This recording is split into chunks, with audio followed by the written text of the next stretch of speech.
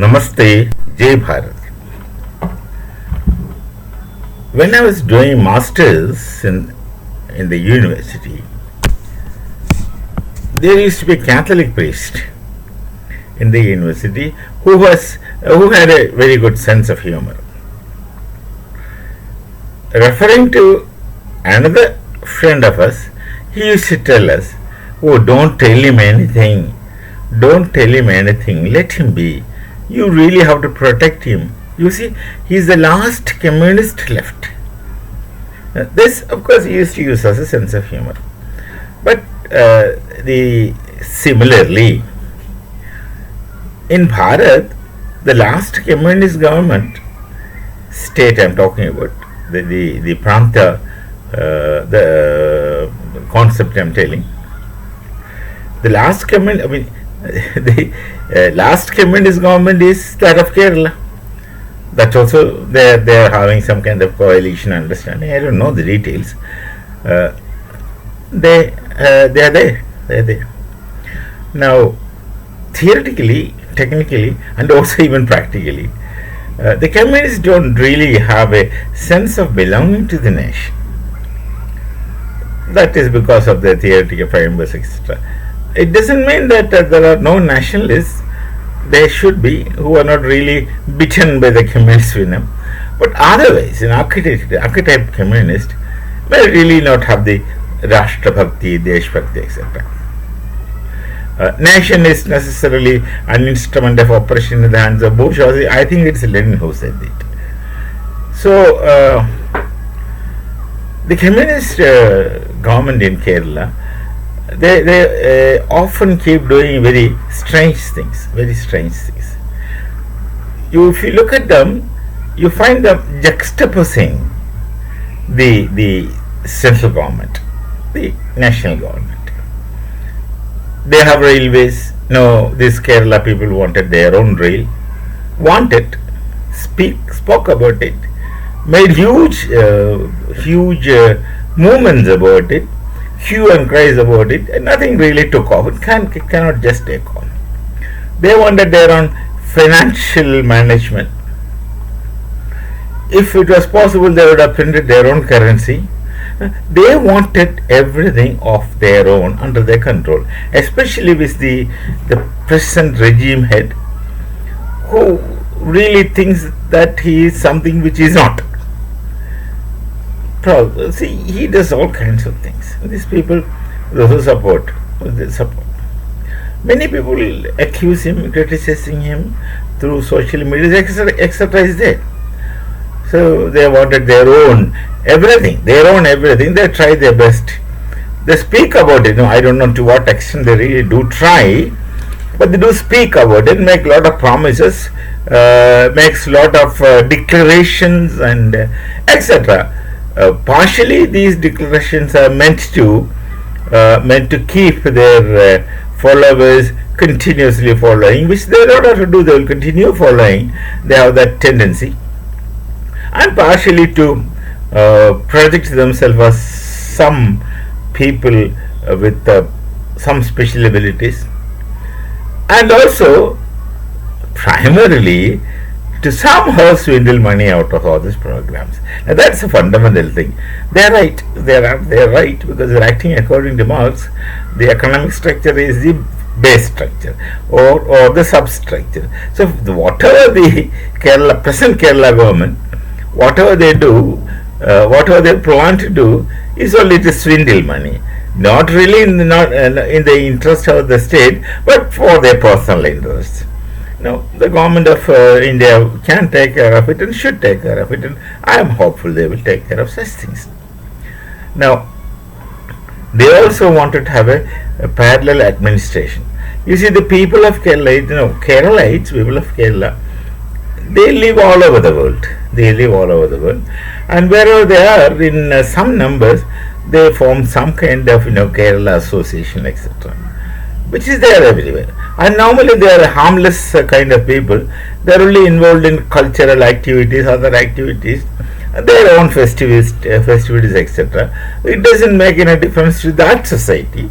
They are not harmful, and they actually blend with the other society. And like most people in Bharat, they also blend with wherever they go with the people and coexist with them. After all, the Veda Nishadic epistemology of coexistence functions.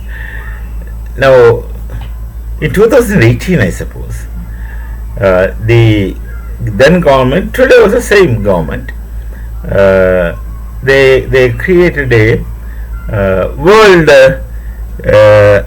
Kerala Assembly. It's called as World Kerala Assembly. It was 2018. They have identified expatriates all over the world, primarily in rich areas. And these people identified as a part of the World Kerala Assembly are vast majority, perhaps all of them, are already connected with the communist movements, this way or that way, during their existence in the state, already connected with these communist movements, and or are business people or some such people who will have some business interest in the state. And such kind of people, in other words, the Communist Party's own people, associates, they have identified and formed the assembly. Of course, this World Kerala Assembly is a great help to the supremos of the communists in Kerala, because whenever they visit, they keep visiting other nations. Maybe they like to go for tour in all kinds of pretexts. They keep visiting. Now, the money belongs to the people, the state, and they spend it. They spend it as for their own personal things and whatever. They do spend it. So when they go there, these people of the World Assembly, who are the members or the associates, they live in all over the world, all over the places, and they take care of these people going and coming, and they get a lot of gifts and those such kind of things. Need not to go into the details. So they decided that every 2 years they will have World Kerala Assembly. 2018 I think it started. Then again 24 the 4th Assembly, I think it was going on or just got over, something like that. What is the purpose of all those things? What do they propose to achieve? Prima facie, they would like to say we will bring business to the state of Kerala, we will bring money to the state of Kerala. But did anything ever happen? Nothing really happened. It's something like the Kerala minister wanted to go to Kuwait to oversee the rescue, or not rescue, the people who already lost their lives, to get the mortal remains back. What this person is going to do? That person has nothing to do in international affairs. One is a local minister of a state. They have definite certain affairs to look after, and they should do that.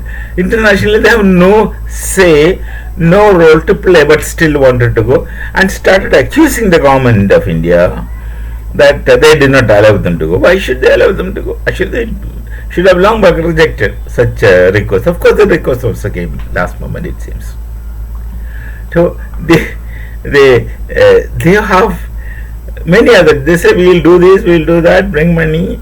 They go abroad to study. I don't know what precisely they go abroad to study that we don't have here.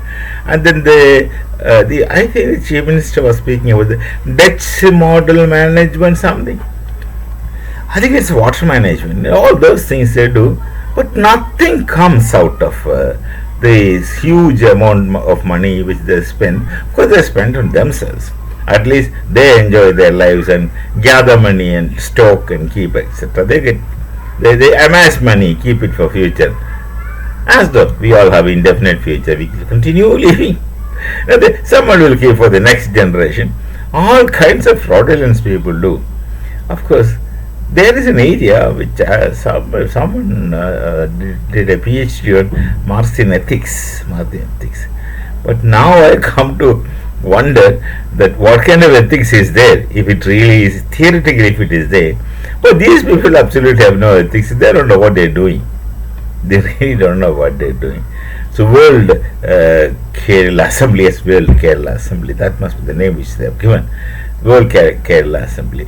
They bring people. They have a mela. They have a mela or a Meena Bazaar. You know what Meena Bazaar is. They'll have a mela and get people coming and going. And the entire money is spent by the state. And the state will say, we don't have any money, go and borrow. Borrow from all kinds of people and do this kind of spending. World Kerala Assembly, yes, World Kerala Assembly. They have their own interest, and people living abroad doing with business interest who will want to get something from the state for whatever business. You can have all kinds of business, whatever business they get associated. They make donations and etc. All those kind of things.